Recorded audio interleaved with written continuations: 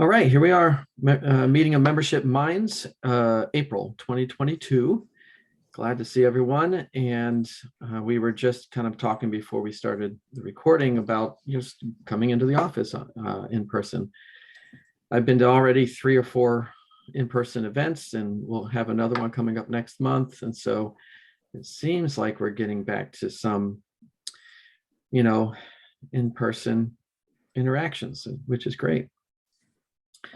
And welcome everybody. Hi, Megan. How's the new position there? So far, so good. Good. Good. And excuse me, got a frog in my throat there. But one of the things that kind of got my attention this morning, I was watching the Today Show.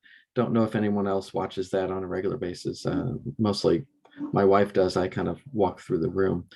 And they were talking about Netflix and how Netflix is increasing their subscriptions on a regular, monthly, all the different levels. They have basic and standard and premium levels of membership. I call it subscription actually, because it's not really like they're really engaging their members in anything. It's more of a subscription streaming model. And so they're increasing their subscriptions, but also, which is something that all of us deal with, dues increases on a regular basis. But they also are talking about how they're trying to cut back on sharing of accounts and passwords from family members, friends, things like that. And which they used to encourage. They showed a tweet from Netflix that basically was like, happiness is sharing a password, or sharing an account at one point. So they've kind of gone back on their word about that. And I think it's something that, I don't think of that much, especially being in a trade association, is that, can they share access to our resources, our members only areas regularly to, kind of go, step around the dues paying part of things. But I know on the individual membership organizations that happens probably quite a bit. I don't know if anyone have any issues with that type of thing. I thought it might be a good topic to talk about. I'm sure it happened in my old organization, but what we tried to do to mitigate some of that was, for whatever it was we're releasing, have a scaled back version that was just out as a general resource for the industry. And then, some people are still going to share, the full report, but that kind of worked for us of like, here's a taste, and then here's membership with. Right. Yeah. And actually we've done, we actually call it the taste of, when we bring them to our conference, which is a members only event.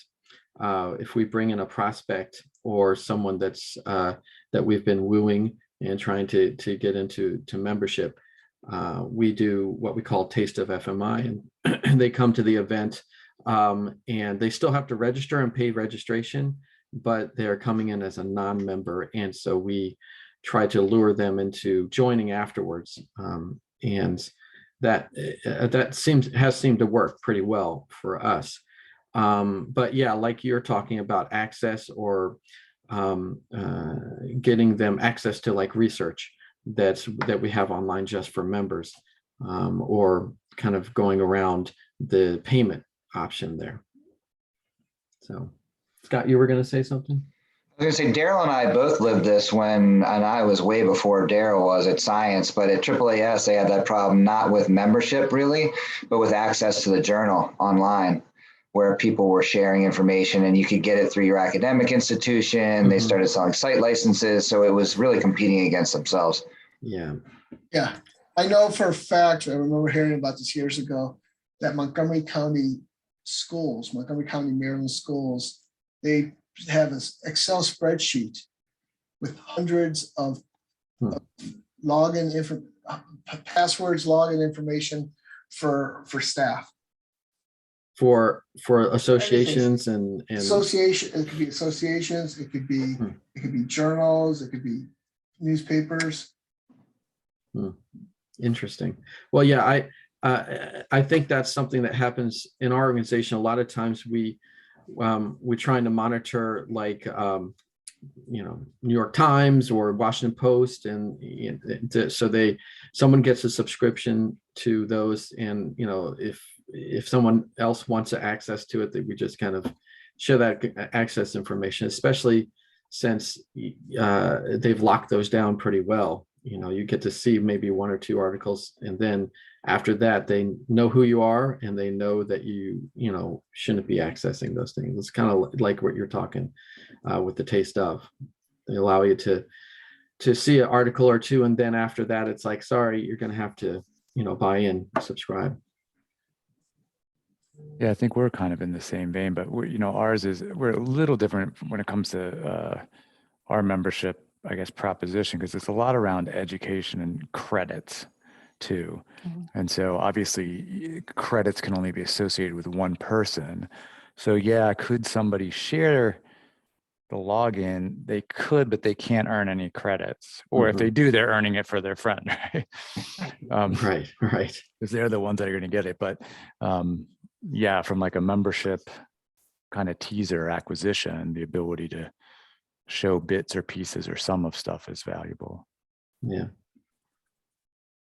Well, and I think there's something to, maybe just like the big picture, sharing that and then saving the detail for members, that if you don't share anything broadly, then it, if anything, encourages that behind the scenes sharing.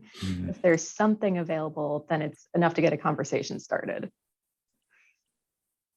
Yeah, that's a good point, actually. It's that if you lock it down too tightly, then it's going to start encouraging people to actually abuse their access or share it with others. Well, in some ways, we have almost the opposite problem in another area, which is our journal content, because our journal has subscription-based service. Oftentimes, and we see it with our members too, but even especially with non-members, is they'll have access to our content through the subscription that their institution or hospital has to the content. So they bought a subscription bundle from a publisher, so they have access to our content. So it kind of erodes, in some respect, one of our member pieces that we have, because now, I already get it, or get access to it through my employer. Right. Which that kind of makes it tougher for us for some portion of our audience. Yeah, that's more of like the, thinking about going into the institutional model of just, selling it to the organization or institution company and allowing anyone and everyone within, or maybe there's a way to limit the number of people, within can access it. But yeah, it's not a huge issue. I've never seen it as a huge issue, even when I was at individual membership organizations. And I always, as a membership professional, I always thought that, it might actually be good for membership growth. If they start seeing the value of certain things, then they'll buy in too, or if they like the value of it, and then the other person cuts it, gets cut off or cuts them off, then they go and join or subscribe themselves. So I just thought it was interesting because, Netflix is dealing with very similar issues as we are. That, that they said they put out some numbers. I'll have to go see what they were. But last year, their growth rate was huge. The biggest growth that they've seen as a streaming, platform. And then this past year or so, they said that it was like 2020, it was really big. And then last year it was not as big, not even close to the rate that they had before. But that makes sense. Everyone was stuck inside and they were looking to binge, and they had to get subscriptions to it. But now they're backing off, and so then there's speculation that Netflix is not doing so well, but it's not. It is. it's just not growing at the rate that it did last year or the year before. And that just makes sense, because now that people are going out and restaurants and activities, they're not going to be spending as much time in front of the TV. Well, I find that interesting, Dan. What you said is that they're doing fine. And I think some of it, the not doing well thing is something associations deal with too. Like for whatever reason, whether it's a crisis or it's just a year that the industry had incredible growth, it's how do you budget for the next year and the year after that? Mm-hmm. That's the key, right? Because I'm sure most of us, if not all of us, have been in that position where 20 whatever or 19 whatever was a kick butt year, and all of a sudden next year your budget is based off of that amazing year, and and as the membership person, there's no way I'm hitting those goals again, right? It's like you guys got to be kidding me. But in that position, you can only push back so much. It's like, wait a minute, we had 100% growth last year, and now you're only budgeting for 5% like we normally have. You can't do that. You got to go at least somewhere in the middle, right? And so I think that's part of what you hope, if you have, if you really care how Netflix does in the long term, you hope that there was some common sense there around, wait a minute, this was an anomaly. These last 2 years were an anomaly. Next year is not going to be like that. So let's go back to somewhat normal growth again. And I think that that's an important thing that we need to figure out, and that Netflix is going to need to figure out too. And Peloton and all those guys. I mean, Peloton's raising their rates right now too. Yeah. Good point. No, I was going to say the same thing, Scott. It's like looking at your growth and how that occurred, and then being able to set a realistic budget, because again, like Netflix, your growth there's no way it's going to continue at that rate. Right. So how do you scale that accordingly within your entity or organization? I think a lot of it, and I've dealt with this a lot before too, is just managing expectation of leadership to make sure they have a really good understanding of how it does work. Sharing data in a way that they can actually process it and understand it, digest it, as simply as possible, to let them know these are the factors that go into growth. This is, that it's not just something there. It's like, okay, let's do that again. Let's get more, as great an increase as we got last year. Hopefully there's an opportunity for the membership professional to actually educate them a little bit on, well, what fed into that? Why did that happen? What's our usual standard normal rate of growth over the years? And a lot of that comes back to data, to me, I think, is sharing the data points that really need to be understood. No, and I think that is the same regardless of whether or not it's a revenue generating piece of the organization.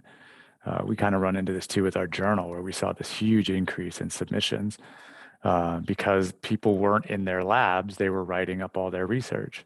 So we had this huge bump in submissions, and then this year comes around and we're doing our report again. Again, this doesn't affect our revenue, but just like you said, Dan, what's the expectation? So we had to, we've been having the discussion throughout the year that more than likely this is going to come back down, and here are the reasons that that's likely. And then then what we have to look at as an organization, and what we did was, it's almost like if you take that anomaly weird year out, does the trend continue? Mm-hmm. Right. And so that's kind of what we were looking at, is when we saw that, we knew this was going to be a weird year and it was going to go up. But looking at the next year, if you kind of draw that line graph across it, does it still have that same growth and trajectory? And if the answer is yes, then you can there's at least some level of you're still doing the right things and continuing that growth mindset. It's just you had this weird boom way up there kind of issue. Right. Yeah, that's sorry. The thing that came to mind was, the Avengers, where they had that 5-year period of before the end game, where everyone half disappeared and then they half showed it back up. Right. So it's the same type of thing before COVID, after COVID. You just cut those out, splice them together, and see if the trend. Yeah, it's a good point. I think this year is kind of the start of that new splice, and see if we can. See if that trend continues, because in most cases, again, most organizations I was with and worked with, I think 3% seemed to be kind of the average increase, at least in counts and sometimes in dues it would match up. But I've always felt like 3% was like the average. You know, if you had a good year, it was more than 3%. If you had a bad year, it was less than 3%. But for the most part, it was like a 3% increase. I don't know if you guys have felt the same way, you know, as far as your data, but every time I look at it, it seems like 3% is kind of the standard. So can so Dan, you mentioned kind of at the beginning that you've attended a few events. I mean, I'm just curious, are people back to like full in-person stuff? Are they still like, where are your organizations in that regard? Just out of curiosity. And if you are back to in-person, are you seeing normal registration rate numbers, or what does that look like for you guys? Well, I'll tell you that our big event, which was supposed to happen in January, it's called our Midwinter Conference. We delayed it and put it on pause, and then brought it back for the last week of March. Still called it Midwinter, even though it was kind of, you know, no longer winter. And it was fantastic. I mean, better than probably even before COVID as far as attendance. Everyone was very happy, found a lot of value as far as our evaluations have come back to tell us that, you know, that they were really anxious and eager to come back in person, and they did, and no masks, you know, only those that wanted to wear them. We didn't have, you know, we found a couple positives that happened afterwards, but for the most part, it didn't become a super spreader. They are all looking forward to this coming January to do it again for that. But then, yeah, like I said, I've been in so many shows in the past couple months, and I still have some more coming up. It's kind of like where everyone's trying to catch up and just do them all at once. And so it's been really busy that way. But yeah, it seems like completely fully back into those type of events for us. Yeah, Pete, what I've seen just through talking people like through CALAS-AE and things like that is people are back to in-person, but they're seeing about 75% on average on a registration level, is that they're down about 25%. Yeah, we had an event in March, and it was third week of March, and we were down more than 25%, but that was also because I think the timing of like when you need to plan your travel really month earlier, February, which was Omicron, was still pretty heavy. And by the time things lightened up in March, we were in Kansas City. Airfares were outrageous. We had people that were paying $1,000, $100 to get to Kansas City, which is outrageous. So we took a hit. I think it depends a little bit on the industry too. We had an in-person event back in March, and we were at, or if anything, above pre-pandemic numbers. But my old organization, which is, you know, medical providers, clinicians, their registration for a meeting in May is very, very low. But kind of makes sense that medical professionals would be the least willing to jump back in. And they're probably very busy still. And you know, can't carve out the time. I will say, as far as our event, it's mostly the senior level executive CEOs of some of these larger food retailers and things. So to them, the expense wasn't an issue. I mean, if they wanted to book a flight a week out, you know, it didn't matter, you know, what it cost, because they wanted to be there. They had to be there in their minds. So that's different for our industry. I'm sure they do monitor their expenses, but for something like this, they would spend the money, you know. And then are your events like all in person, or were they hybrid, or? Yeah, I'm just kind of curious, because so for us, I'll just put it maybe some context, is we had two events. We had one in February, one in March. One in February is one that we've been streaming for, I don't know, 6-7 years. We had record attendance, and which was nice, because it's like the fourth year that we've broken records, and not just for us. It was more like a 15% increase, so it was big for us. But what we saw was it was split for the first time, 50-50 for in-person versus the streamers. Whereas before we might get, I don't know, we got enough people streaming it that we would cover the cost to stream it. And this year it went crazy. But then on the flip side, our annual conference, again, we're medical professionals, so there's that issue. We had the worst conference that we had, attendance wise, less than our streaming one last year, which our members don't like this, like streaming, because they want to do hands-on and all that kind of stuff. But so that's why I'm sort of curious as to, but our annual conference, there was no streaming option. It was all in person only. Cheryl? You're muted, Cheryl. Thanks. There we go. We have a local meeting in May, and that registration is doing great. But our annual conference, which will be in person for the first time, is in Greece. So I'm really concerned about how many people, after not going to conferences for 2 years, are going to be wanting to travel overseas. But we have canceled this this conference twice already because it was supposed to have been just when COVID started. So I'm concerned about that. My other concern is I think that next year our conference is going to be in Charleston, and I'm assuming that if my predictions are right, that we'll have a little bit lower attendance in Greece, that we may have a little bit higher attendance because people are anxious to get out. But I'm concerned that once people start getting out, that they may start to remember, it was pretty convenient to click on that button. And so I think that anxiousness of getting out is going to wane, and that they may start preferring that hybrid method. So I'm really concerned about the future of how we plan for these conferences. Well, Pete, to and kind of going along with what Cheryl was talking about, is that it's interesting when you look at the types of events. So this conference I was talking about, again, executives, it's their job to kind of be there and talking strategy, working directly with other companies to strategize their business for the entire year, basically. Where we have another event that we call Future Leaders. And so these are folks that were within the organizations that are trying to, that are emerging leaders within the industry. And again, this is more of an individual conference where they're getting training, leadership training.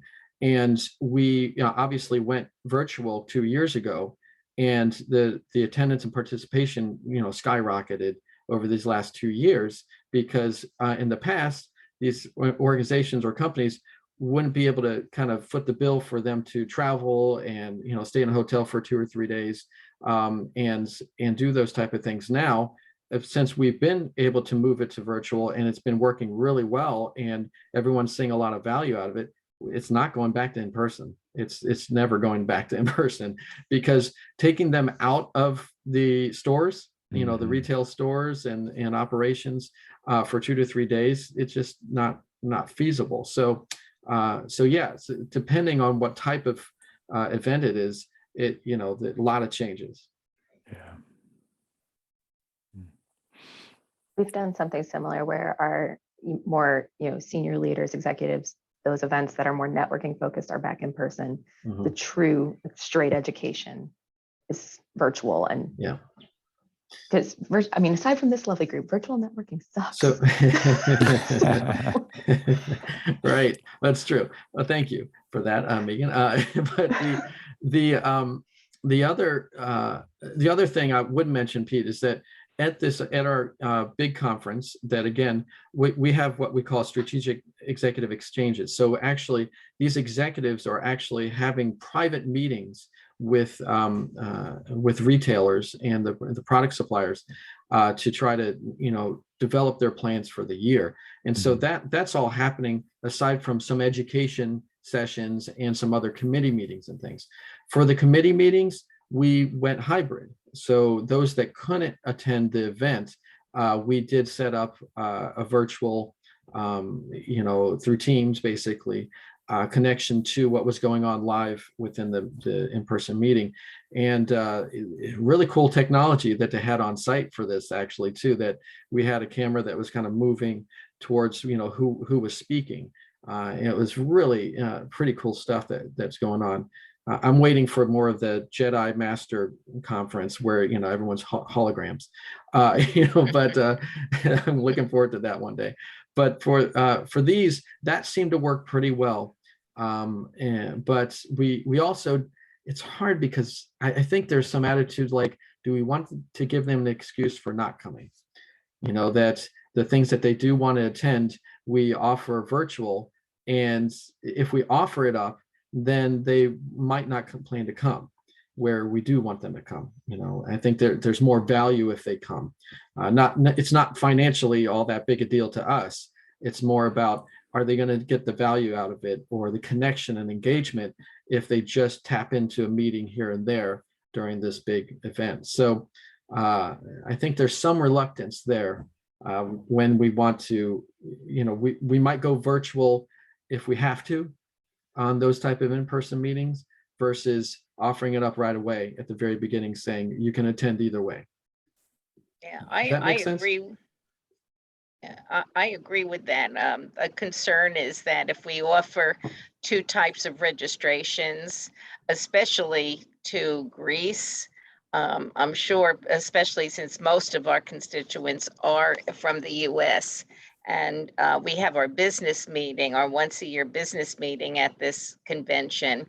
And Right. I doubt that every chapter will be represented. Mhm. And if we do, I think at the last minute, we may have to do some kind of virtual thing, because I'm afraid we wouldn't have a quorum for any Right. things that we have to vote on. So Mhm. it really puts us into this weird predicament of having to plan for so many different types of scenarios that might come up that we will have to put into place. Yeah, a lot of organizations have to have that annual membership, business meeting, right?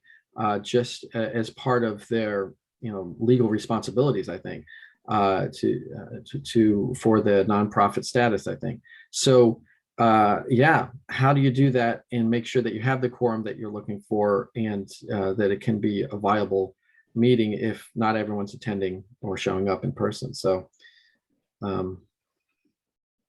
yeah. I think it's just one of those things we're having to deal with as we transition back into in person. Is, a lot of folks may be asking for virtual even though we don't want to offer it, and that's a tough one. Well, I think to me it becomes, we've been having a lot of these discussions, which is, what is it that we, you have both what your audience tells you they want, right? Mhm. And then you also have what you want your audience to know or do or whatever, right? And so it's looking at, how do you balance those two types of activities? Because we talk about this too, where there's some things that, okay, and I think Megan, you might have mentioned it too, which is like, our audience doesn't necessarily want to come to our convention to sit in meetings all day, right? So we've been looking at, okay, we're trying to transition the business of the organization outside of the annual meeting, where we're using the annual meeting to focus on the education, the hands-on stuff, the stuff that the audience says they want, and that we can provide in a better forum when there's there's economies of scale that way for us, and trying to kind of reposition it a little bit. But there may be other things that we want to make sure they know, and we think it's best served in person, regardless of what you want. Like, it serves the organization better to have you in person, or meets the mission of what we're trying to accomplish better for you in this environment. And so we're not going to offer any other options, right? Yeah.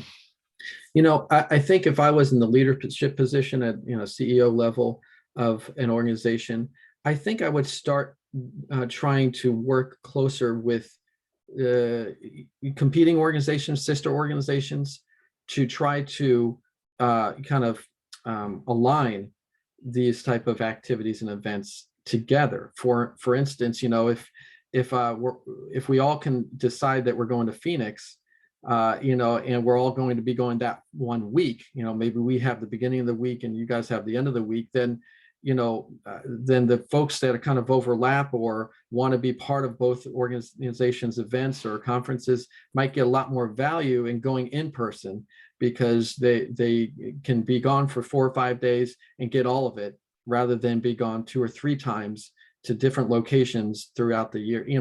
I think there might be some value in at least exploring that with other organizations, because that might increase, the engagement and participation.